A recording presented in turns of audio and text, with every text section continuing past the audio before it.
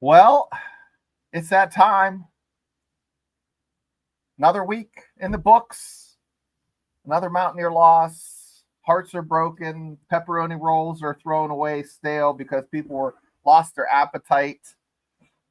Lots of tears shed. Lots of dollars put in the swear jar. Eric, I'll ask you the question. You send me the notes, and I'm like, I look at it, and it's like, what happened? What happened, Eric? That was a rough one, wasn't it? It was. My wife is like, can we watch something else? I'm getting depressed. She doesn't even like football. She won't watch it. She's kind of like, eh.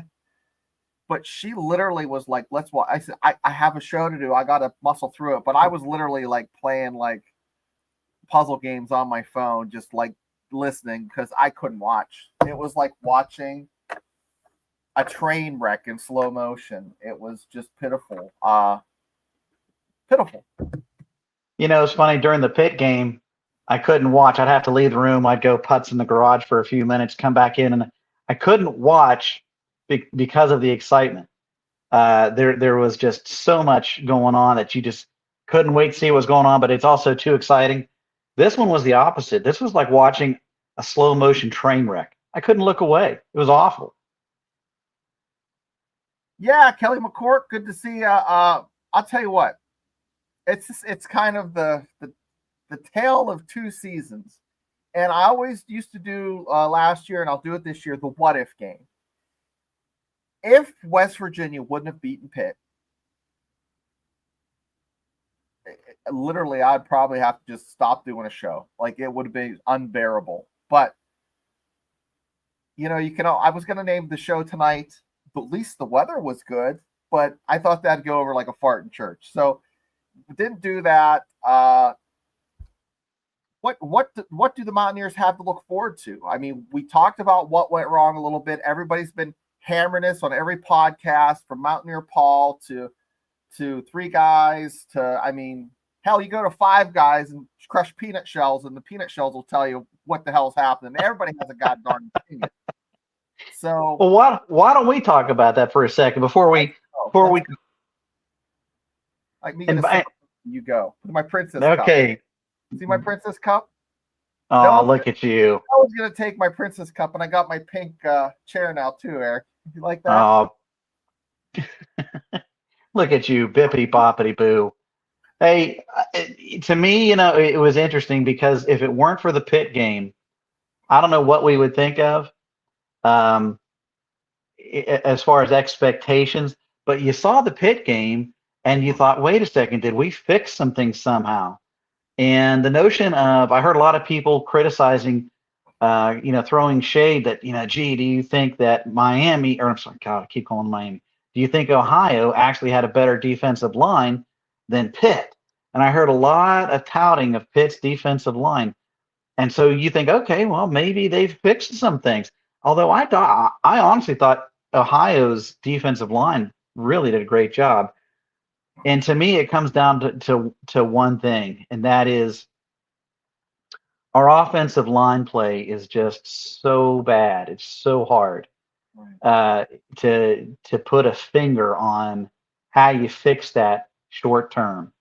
And I think having Ty Edwards, having White, having a back in the backfield who is fast to hit the hole, so that you don't have to hold the opening, you don't have to hold the block so much, makes a world of difference.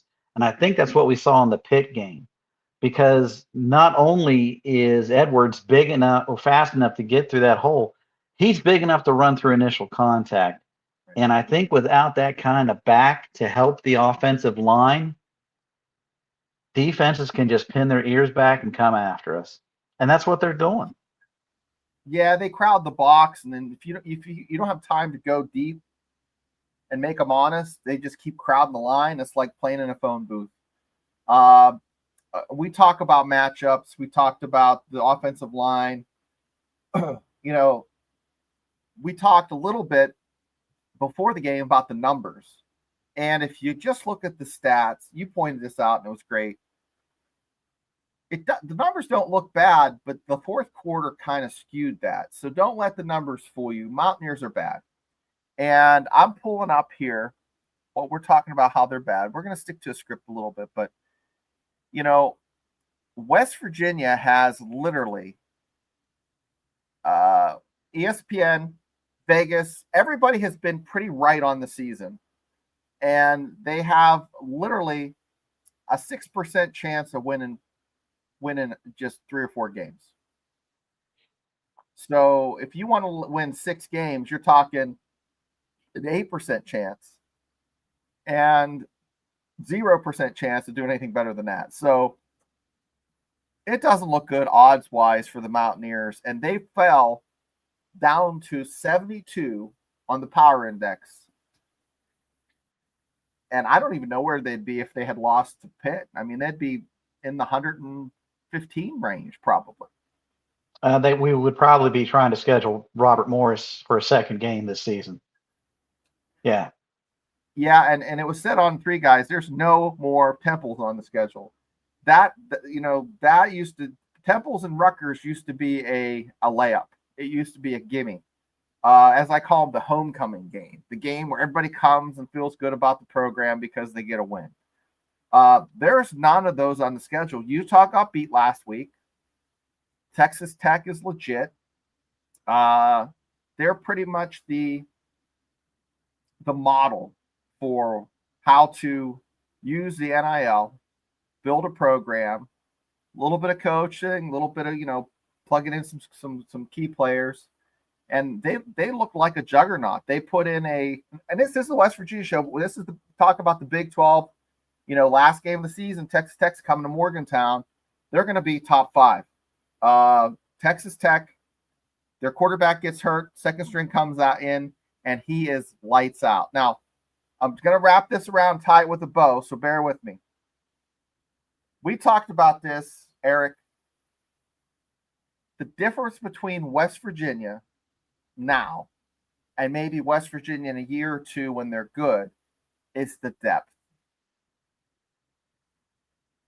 Let me know what you think, Eric. What do you think the woes for West Virginia, other than injuries? We're just going through the injuries. Oh my. Yeah, we were talking, like when we were going through all the demographics on the show and talking about all the shared revenues and things that you and I, millions that we make. We were talking about a number of things. One of them was just depth. The notion that, like we have noticed when we used to play Penn State back in like the 80s and 90s. Well, not the 90s, but the 80s. You could hang in there maybe for the first half, and you felt good, going in a halftime tied. And then by the end of the fourth quarter, you would thinking, what in the world just happened? And that's the difference in depth. And Rich, quite honestly, that's always been his game plan. And you hear him saying it now. The longer the game goes, the more it is to his advantage. And that's true in the sense of conditioning, because the practices, they're running more snaps in their practices than I think any other program is doing. And people who are around the program are agreeing that have seen other programs. It's crazy. Now the problem we have is just the depth. We start off at a level, a lot of the athletes we brought in, they're group of 5 talent. If they were power 4, they were backups. So we're already at a slight disadvantage there. So by the time you get, 2, 3 deep, the talent level's starting to drop off, and that's no disrespect to our players. It's just that they're going up against a much deeper, higher level talent pool. It's difficult. So, Eric, I'm going to ask you this: is the cavalry around? Is it the old westerns? Trouble comes. Maybe some outlaws have kind of maybe been harassing the wagon train. Is that trumpet? Is that the cavalry? I mean, is the board of governors going to double down and give that money that's needed? We're talking millions and millions of dollars in NIL from the haves and the have-nots. You can't, got these programs like Texas Tech up here. You got some programs that just don't want to spend. West Virginia's kind of in the middle, but there's still that parity. And if you want to be competitive, you're going to have to pay to play, just like they say. So is that buglehorn? Is that the cavalry, or is that the communists? Because No. both blew that horn. Yeah. So it's a great question, and here's a little pro and con. I'm going to toy with your emotions, Shane. When Rich was here the first time, he was doing novel things that people just hadn't seen since the 70s. A variation of the veer Yep. hadn't been seen in a long time.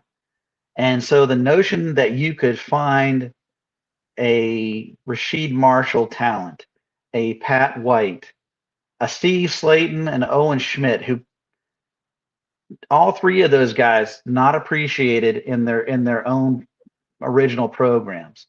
Heck, Owen couldn't find a home. And, they came here and my God, they took off. And so I say it probably too much.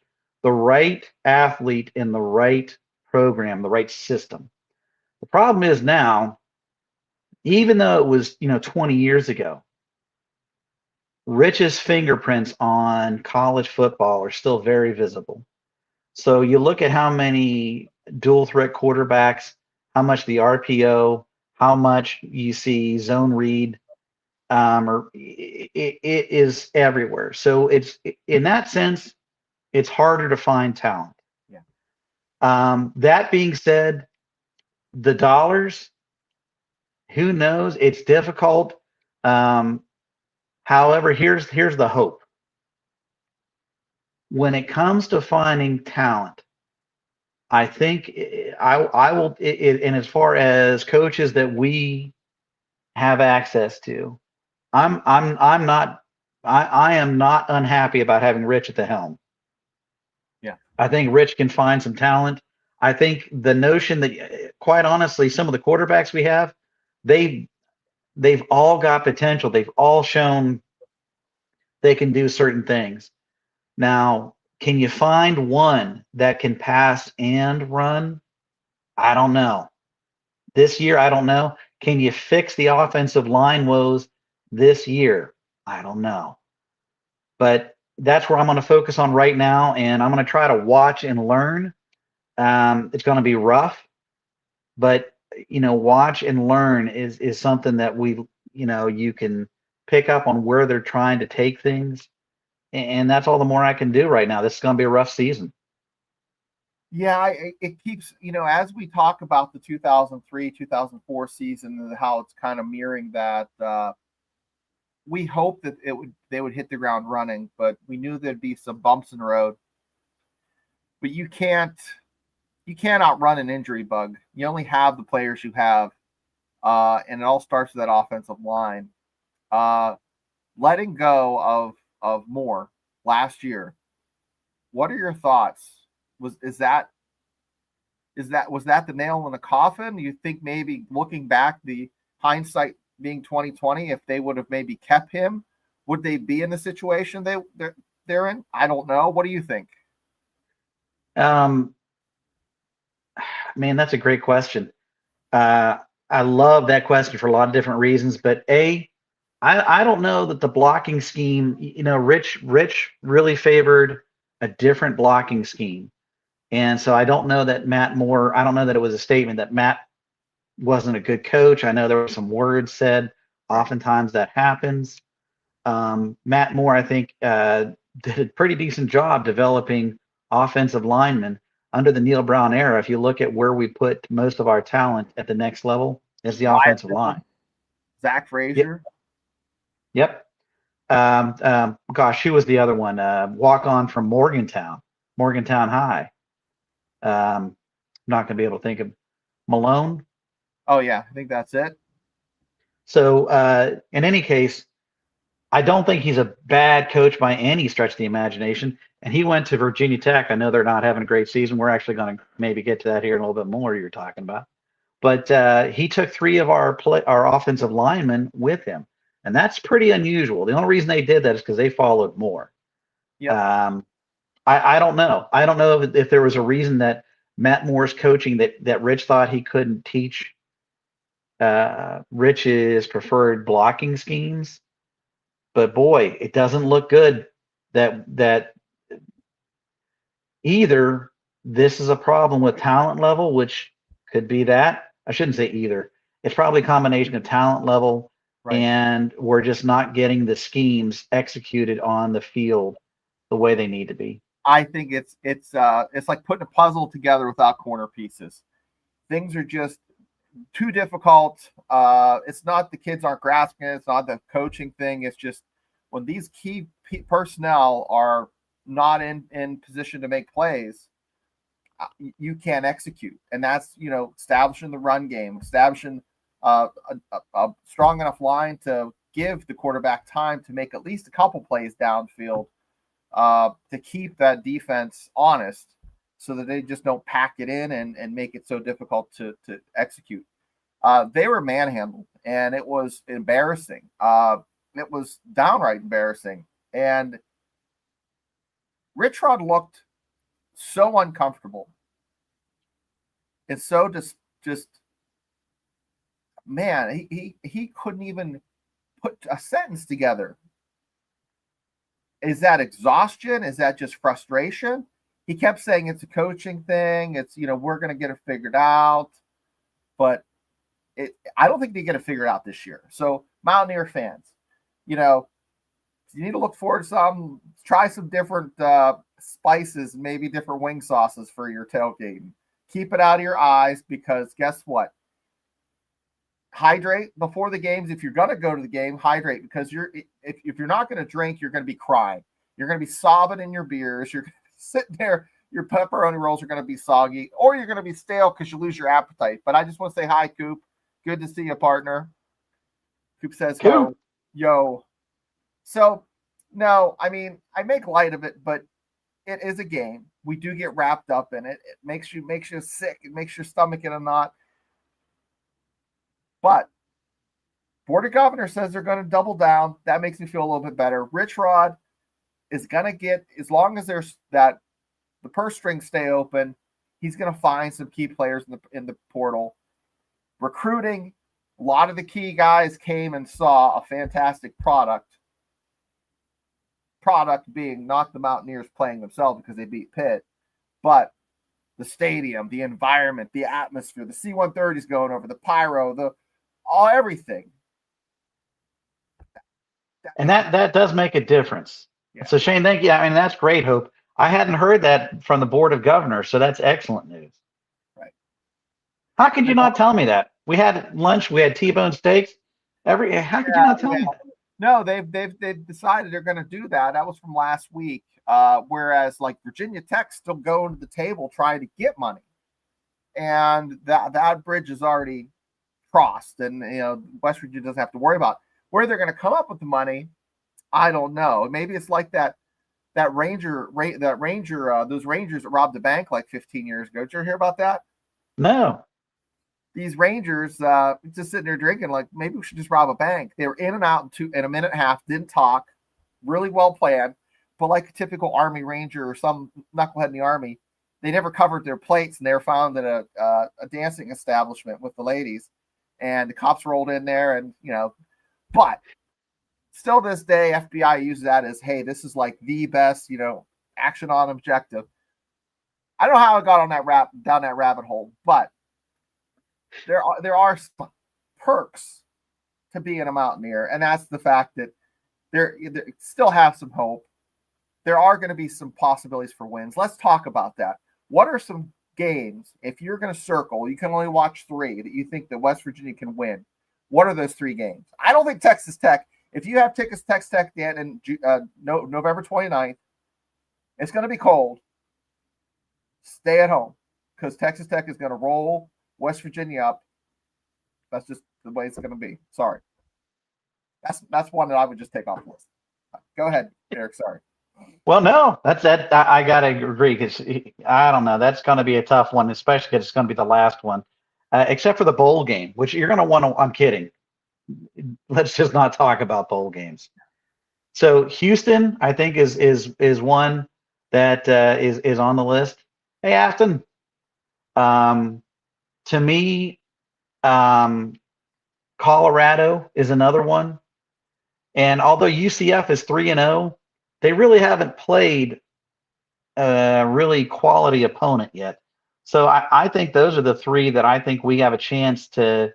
Hopefully, we can go get two out of those three, but I don't know. Two of them are away.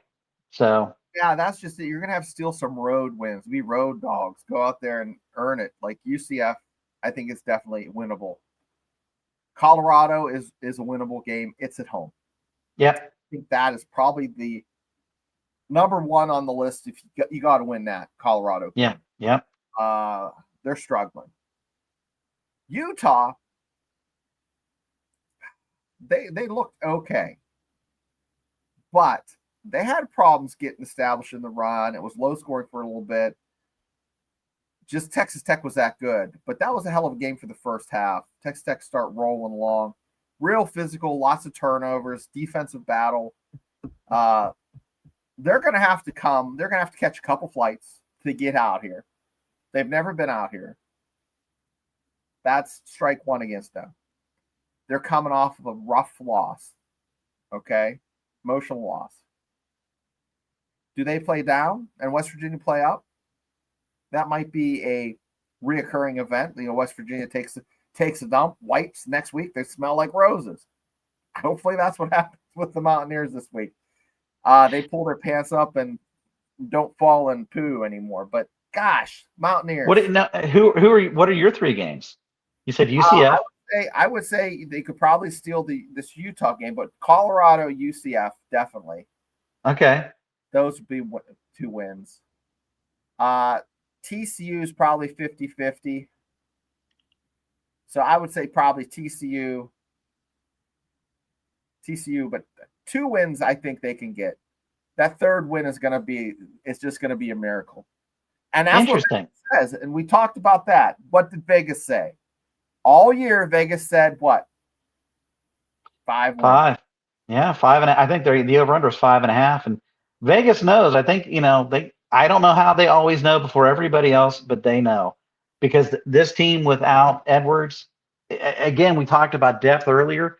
This team without Edwards, without White, completely different offensively. Because with that kind of back in the backfield, defenses have to be a little bit more guarded about that line. Now, when you don't have that back in the backfield, they're coming in. They are coming to pressure, and they doesn't give Nico time to work the offense. Again, on depth, I didn't get to cover this earlier. Losing Perry in the first half, which that was just, and it's that rule. I hate that rule. They're trying to protect the quarterback, and I get it. And this was different than roughing the passer. But my goodness, that especially when I think once the quarterback advances beyond the line of scrimmage, they're now running back. Plain and simple. Quit protecting them. Yeah, jack them up. You want to be courageous? You go be courageous. You don't want to get hit? You get down earlier.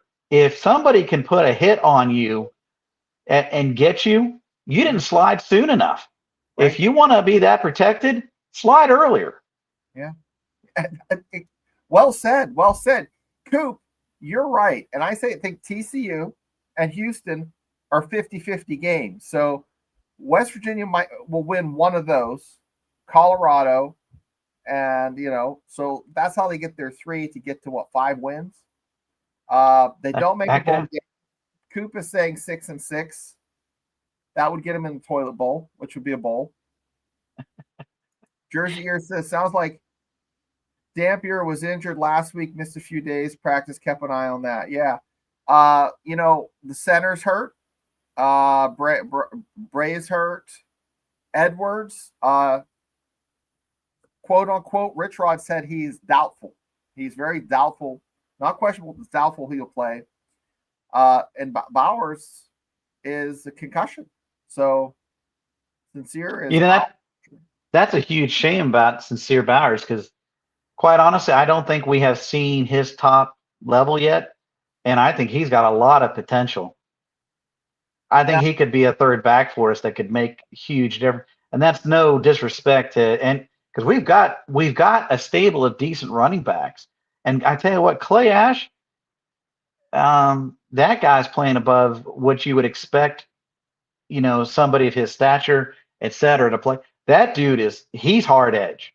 yeah, yeah. He just gets up, gets laid out, pops up. He's like, man, he's tough nut. But Jacklick had a fumble, looked terrible. It was just a bad. Hopefully, it was just a bad game. Hopefully, he's given another opportunity and rises to the occasion. I hate to see a young man take that kind of. It's just rough. It's just rough for that to happen on TV. Your first outing, having a big fumble when they're moving the ball like that. That was demoralizing for the fans, for him. What are your thoughts? If you're coaching him up, what would you say? I mean, Jacklich? yeah, I don't think there's much to say that hasn't been said. And I don't think it certainly Rich has learned to talk behind a piece of paper when words that need to be said get said. I don't think he's always done that, but I think it's just the kind of thing that, yeah, I'll never forget him yelling at Brad Lewis. Brad Lewis wasn't 20 yards from the sideline, and he was probably getting pelted with Rich's spittle. But in any case, Jack Litch, look, we right now we don't have enough running backs. Everybody's going to get a shot. Pick yourself up, son. yeah. Hold on to that ball next time. It's forget scholarship. You hold on to that ball like it's your paycheck. And and it wasn't a situation where the game's on the line. I mean, it was a situation where it was well in hand. They have, and this is the other thing that kind of concerns me. We talked about the first half. The numbers were horrible. Yeah. Numbers got a little bit better in the fourth quarter because what do you do when the scores run up? You put in your second string. Get guys some time. That's interesting you say that because I went and looked. They really didn't substitute a ton. They were mixing them in, but they kept a lot of starters in. Yeah, they mixed a few kids in, but just rotate fresh legs. Yeah. So like when Henderson went in and he had that big run, and this is where I was going to head to next. If we don't have Sincere Bowers, if we don't have Ty Edwards, if we don't have White, which, White's out for the season. At this point, your quarterback is now your runner. There we go. He's your running back.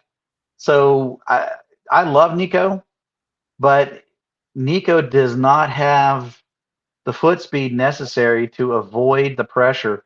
And when defenses see it's just him back there, they are bringing it. Yep. So yeah, I look. I'm not saying Nico's out for this. He's not going to be the starter. No. To me, our best offensive set is to have Edwards back there with Nico. But we're just not going to have Edwards most likely. I say put Henderson in. What do you think? I agree. It's the combo. I mean, you got to have one if you have the other. I mean, you have to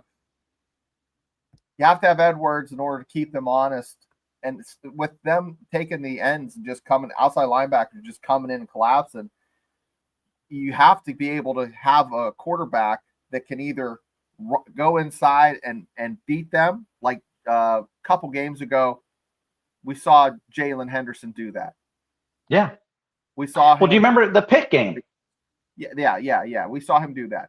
Then, or if they come in, he can get around and just beat them to the outside.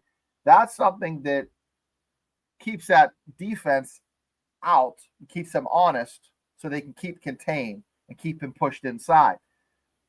If you don't do that, then it just gets so small in there and just doesn't have any room to wiggle. But getting that fast guy in there, either Henderson, Max Brown, Mountaineer Paul is big on Max Brown.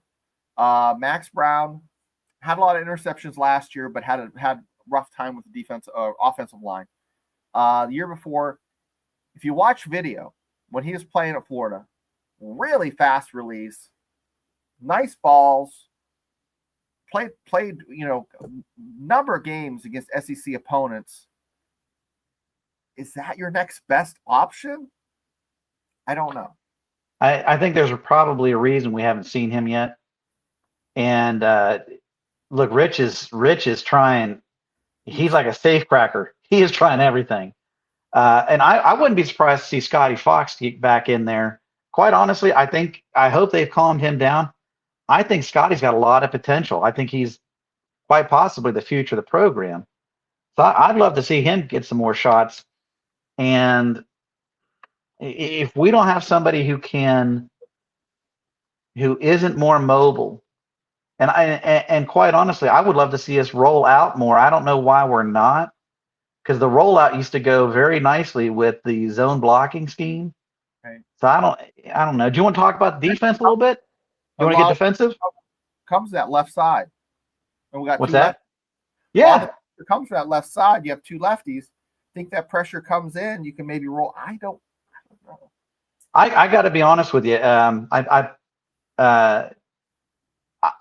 think that the left hand, because if you remember right, Pat didn't roll out to his left as much as he did to his right.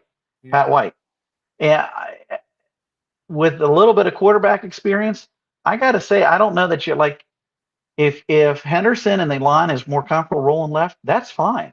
Most right-handed quarterbacks can throw that way. I don't like, as long as you're not asking them to make huge long downfield throws.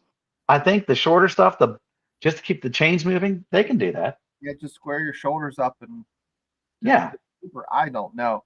So, for the back half of this show, let's talk about Utah.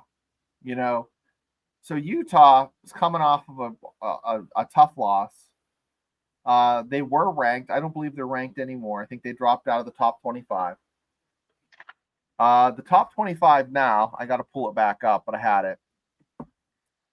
I know we have Texas Tech in there. Kansas State's in there. I think Kansas State's in there. Let's see what the new one is. We got BYU at 25, TCU at 24.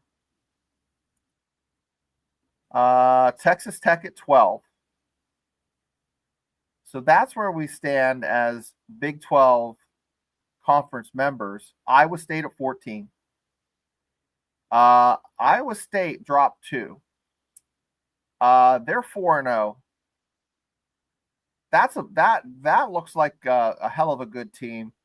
Now, with that, you have BYU at 3-0, TCU at 3-0.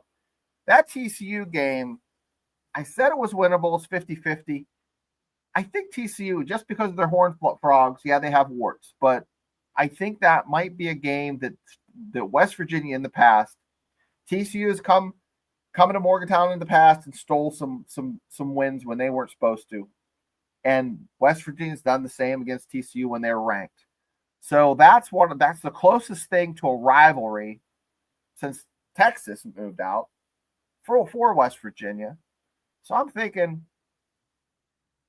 what out of all these games, what's the one that stands out as Eric? You have to watch it. You can't miss that game on the schedule. So you got TCU, you got Houston, Utah, Colorado, Texas Tech. Are these games coming up? As far as the highest ranked, most talented team that I think we could pull an upset on, I think you got a point maybe with TCU. Yeah.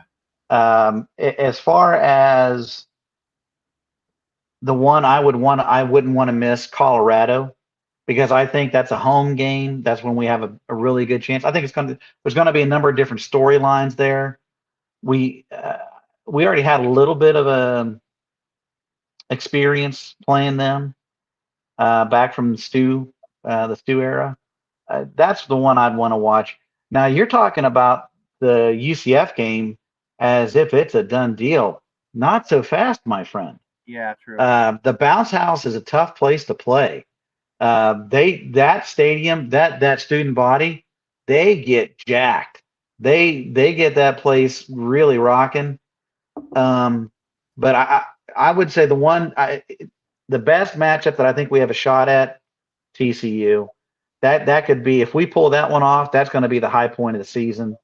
The one I think is going to be the most interesting, and it may just be me personally, Colorado. I think we got a real good shot to beat them. And the one on the road, I mentioned UCF, but the one I want to see, we owe Houston. We owe them. I want to beat those guys so bad. Yeah, Houston, you know, I'm going to talk about a game to win just to make you feel like you're bigger and badder than you actually are. And they're currently not ranked. And that would be November 15th, traveling out to Arizona to play Arizona State. Arizona, man, I don't think the West Virginia Mountaineers have much of a chance. But if Rich Rod manages to go out there and steal that against, Arizona's 3-1, and they played Baylor tough last game or a week or two ago, and I think it was like 27-24. It was a good game, but they did lose to Mississippi State as their only loss. And it wasn't a blowout; it was within a score, and it was close until late. I just don't know how good Arizona State is. I mean, Arizona State's going to play this week. They're going to play TCU, and we'll have a little better feel because between the time we play them, Utah's going to play them, and TCU's going to play them. So that's one I have circled too. I'm glad that West Virginia doesn't play Iowa State. And that they play Texas Tech the last game of the year. But I don't know. So what are you thinking? The Arizona State matchup. I'm thinking that's one that West Virginia, it's the one that if they could pull that off, if anything on this schedule, if they can just pull off a victory, I think that would be a statement game. Texas Tech would be a statement game. And of course, any of these ranked teams would be a great statement. I think right now, if you're a Mountaineer fan, you're not playing for bowls. You're playing to beat a ranked team. And as soon as a ranked team rolls around and it's on your schedule, that's your Super Bowl, that's your Sugar Bowl, that's your Fiesta Bowl, that's your, Pinstripe Bowl. That's what the Mountaineers, as fans, that's what we need to look forward to. Getting that signature ranked win. It's hard to argue that, like right now, I don't know that a bowl game is something we need to be too consumed by. You got to be worried about getting those wins that are going to get you some notoriety. The Pitt win was huge, but we've got to repeat it because it's almost like the year before last basketball team. Yeah. We would come up with these wins that it would, wow, can you believe that? And then we would, what's that? Your hope just rises because you're like, oh, we're not that bad. And then all of a sudden just. Yeah. And again, I think a lot of it is depth. I think a lot of it is, Rich's ability to do some scheming. A lot of that varies. A lot of that is dependent upon the weapons he has in the field, and he doesn't have the depth. So I think we've all noticed, I don't think you and I are necessarily geniuses on seeing that, look, we are a different team when you got Ty Edwards in the backfield. You in particular called that early on, but without him there, that hurts. We're not getting White back.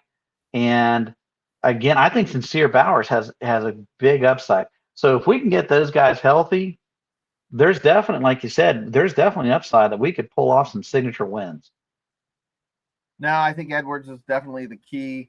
Finding a nice rhythm at quarterback, because 93 they had Jake the Snake and Darren Studstill, and they traded snaps. You had two quarterbacks as co-starters. Jake would usually start it. Then you'd have Darren Studstill, that was dual threat, come in maybe in a series where they're in the red zone or they need a spark, and then Jake the Snake be able to air it out. it seems to be more prevalent now than it was back then. But Texas Tech, on the other hand, I keep going to Texas Tech, but their backup came in and he looked like the second coming of Joe Namath. I mean, son of a gun. I mean, but and that happens a lot of times because a defense will plan and prepare for one quarterback, and if this backup is good but just different, they got to figure that out on the fly. And you can't usually do that. It usually takes at least maybe 2 possessions to figure that out. So, yeah. A.S. Rawls says, I'd like to see Kalik Wilkins. Yeah. Yeah. He was in for a little bit, but, not enough to really know what's happening. And, with sports, getting in for a series, you can't get a good pulse of what the player can do because they have to get into a rhythm. They have to feel the flow of the game. Just throwing them in there, that's rough. I think it's harder to come in after a series or two than it is just to play maybe 2 series starting out because the game warms up with you. But son of a gun, coming in cold in maybe the 4th, 5th, or even the second half like this, 6 or 7 series of offense you have, that's rough. That's rough for a player. But Eric, to close the show out, what thoughts do you have? What thoughts do you have? What's on your sheet? Let me pull up your sheet here. I got something great for everybody in the chat for Thursday. Okay. And that is, being that we're probably not going to have Edwards, Jaheim's out, probably not going to have Bowers. Who do you put in? Who starts at quarterback? Ooh. And so, that I think is going to be, look, again, I'm a Nico fan, but he is not fleet of foot enough. And so I think that's something we really need to think about. Is this the game that Henderson starts? And then if you do the game like the quarterback shuffle, who do you put in? Do you put in Scotty Fox? Do you put Nico back in? Yeah. Khalil, I think he showed he's got some potential to do some things early in his career. Yeah, and then I also thought of this, and I wrote it in my notebook. Is there a possibility that there's that old saying, 2 is 1 and 1 is none? But also, he's divvying up reps to multiple guys. Could those reps be utilized with 1 or 2 guys? Is he wasting reps on guys that are not going to really see the field? That's my thought. Week 4 or 5 going into the season. There's only so many reps that you have during a practice, and for these guys to not get those reps, is that going to hurt the Mountaineers in the long run? I don't know. Good question. That'll be something good to cover for Thursday. No, I know. So what's going on, Leo? You're right. We talked about Max Brown. We don't know why. Mountaineer Paul's big on him. He did a show about 10 days ago on Max Brown with our friend from the Voice of College Football Alabama channel, Jackson Johnson. So shout out to Jackson Johnson, his Alabama channel. Then he has a show called The Jacksonian. This guy's like a sports encyclopedia. Like, he is my crutch. If I'm on a show with him, like, what happened? What was the score of this Alabama game in 1999? He's like, oh yeah, well, it was this. What? Like, literally, I can't remember the last time I never go on a turnpike, okay? And I don't have Easy Pass. I couldn't remember if I paid my $8 or not. So I got like a letter in the mail saying, you owe $28 now. See, I can't remember that stuff. That's what's important. And I can't remember games. These people with these memories, it's crazy. But Jacksonian, and also the Alabama Voice of College Football channel, this guy is smarter than a whip. But he was on Mountaineer Paul's show last week, and I have to Saturday after the Pitt game talking, and Max Brown was brought up, and they're big on Max Brown. And watching tape back to when he was at Florida, if you guys are bored and if you're a sweaty football nerd, go in, watch the tape. This guy has a nice quick release, The tape from last year when he was at a rinky-dink little school, not so good because he didn't get much pass protection, threw a lot of interceptions. But go back 2 years, he looked pretty sharp playing some ball down at Florida against SEC schools. Real quick release. But, sorry, going down that rabbit hole. Hate to do that. But, Kelly, what do you have to say? Combination Nico and Fox in my thought. So, Kelly McCourt's strong on the Nico Fox. I think, Eric, you brought this up. I'll let you carry this ball after I bring it up. Nico must have finish the sentence. What?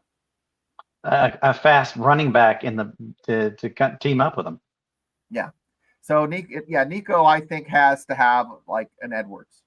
I think once Edwards comes back, that's what you marry him up. I think Fox, you could put him in with any other running back.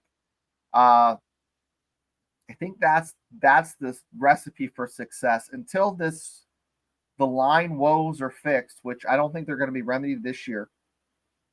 I think because Livingston is out at center, it kind of makes things just a little bit tougher on the O-line because, as we know, Zach Frazier, Wyatt Millum, these guys were the cornerstone of the line. You got to have that center. He's the linchpin. But I don't know. This was a great show, Eric. We're back on Thursday. One more thing for the chat. Yeah. Let's watch to see when Perry comes back. Let's see the effect he has on defense. He's been our most effective player on what has been an outstanding defense this year. I think they were missing him against Kansas after he got disqualified. Let's see the effect that he has on the defense when he comes back in. I'll throw something else out to the fans. Again, we want to, Thursday's about everybody contributing. We want to hear more from them. What do you guys think about Jalen running maybe a variation, focusing more on a running offense, maybe even an RPO kind of stuff, just and rolling him out? You know what? This is probably stuff that Rich Rod is over at Applebee's right now, writing on a bar napkin, trying to figure out. Because what is it, like 10 o'clock? Is that time he rolls into Applebee's? But A.S. Rawls says, I'm out on Nico. So he's out on Nico and this offense. The quarterback has three choices. Hand it off, keep it, throw it. With him, you can't off to Ash, come to Flo, and then you keep it because you're too slow. Yeah, that rhymes. That's fun. Yeah, Rawls, that's a good one. Afton says, thank you, guys. And then Rawls, is Perry going to miss the first half? I think he's just out for that game. I'll have to look at the rules, but I think he's just out for that game. I think he can start. He is a big contributor. Guys, we basically we hurt ourselves, pat ourselves on the back on how good the defense was. This week, the defense took a big dookie. I hate to say it. I love Zach Alley, but he didn't have any help offensively. His guys were out there the whole time. So if you look at the numbers lie. It still is a top 25 defense. It's just you have to have some help from the offense. You can't be out there for 40, 45 minutes. Mm-hmm. You just can't. No. Nope. So, yeah, and you guys haven't shit on the defense this week, but I've heard other shows taking a big old poop on our defense. It's not fair. Okay. I agree, man. Not fair. In particular, I think we really tanked after Perry left. I think that, he left the game early in the second. Well, not early in the second, but he left the game early. Still ended up as the leading tackler for the game for us. We rely on him every single game. Yeah, Jersey Ear says it should be good to go. It happened the second quarter. So, literally, he'll miss maybe a quarter, if that. I think you miss a full game. So he'll sit out for a quarter and then be able to start the second quarter. Yeah, if it would have happened in the third or fourth quarter, it would have been a different story. But, Utah, my wife works with a West Virginia alum, and I'm giving my tickets to those two. They're going to go to the game. I have homecoming this week. Going to be watching kids get dressed up and, looking all spiffy this weekend. And I guess, when I was in school, homecoming game was Saturday. the homecoming night was that night, and you were like sore, and you're dancing, and you're like, didn't feel frisky after because you felt like dog crap because you just played a ball game, right? So, anyways, just saying. So Saturday, I'm planning on watching my kid get ready for the homecoming dance, and maybe trying to watch a little bit of football there. But football, man, Fridays is a high school, Saturdays is college, and then Sunday watch a little NFL. Luckily, I just watched the Mountaineers mostly, watch a couple other college games, just watch the Steelers, and just watch my kids' high school. If I watched any more, I would be literally, I don't know, living in a van down by the river.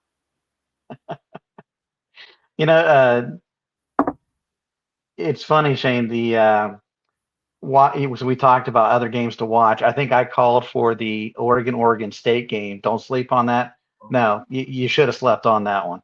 Yeah. Oregon State out of the Pac-2 really got it handed to them. That's unfortunate. But it is. I really like that program. I want them to be good. I want them in the Big 12. No. The fact that it's just a neat little town, Corvallis, and it's so literally it has to be like 25 miles from Eugene. It's not that far, guys. It's literally the distance from Clarksburg to Morgantown, these two places. And if any place has a feel like West Virginia, not like Pennsylvania, these two places feel like they could you could literally take the people and take the place and just put it in like, oh, let's just wipe Polka off the map, and let's wipe Kingwood off the map, and we'll just put Eugene in there and put guys. That's pretty much what you have now. Eugene has a nicer airport than say Charleston, but anyways, guys, thanks for tuning in, hanging out with us. It's been a fun time. As you know, this is our maybe 10th episode, maybe the 5th one with Eric, maybe 6th, but we're hitting our stride. Mountaineers, we hope, are hitting their stride. And guys, I hope you like and subscribe. This is the West Virginia Live channel, voice of college football, West Virginia. Eric, have any parting thoughts? Thursday at 8. Can't wait to see everybody again. Well, best wishes, blue and gold Mountaineer kisses from Eric, right? I love it. We're going to see you, and we're going to take you out with the great state of West Virginia flag, okay?